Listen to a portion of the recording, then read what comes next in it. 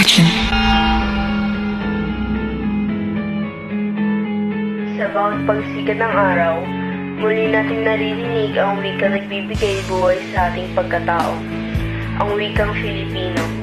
Ito ang unang salitang ating natutunang bigkasin, ang wikang naghahatid ng mga pangarap, ng mga aral at ng mga kwentong minana natin mula sa ating mga ninuno. Isang paraan ng pakikipag-usap, kundi isang buhay na patunay ng ating kasaysayan, kultura at pagkakalanlan bilang mga Pilipino.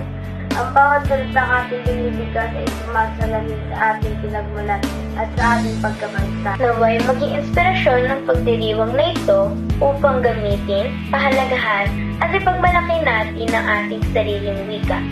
Hindi lamang tuwing Agosto, kundi sa bawat araw ng ating buhay. Sa buong Kapuluan, may mahigit 100 katutubong wika. Tagalog, Cebuano, Ilocano, Hiligaynon, Waray, Kapampangan, pag-isahin ang sambayan ng Pilipino sa ilalim ng iswa at pagkakakilanlan. Ayong adlaw, Pilipinas. Imbagal daw, Pilipinas. Maumay na adlaw Pilipinas.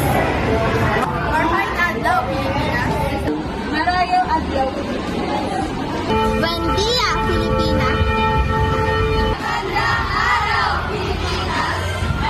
Ang wikang Pilipino ay hindi lamang kasangkapan sa pakikipagtalastasan.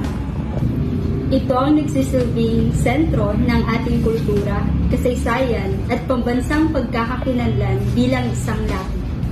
Ito ay buhay, puso at tunay na kaluluwa ng ating pagka-Pilipino. Sa yaman na ito na minana natin mula sa ating mga ninuno. Kayamanan na kailangan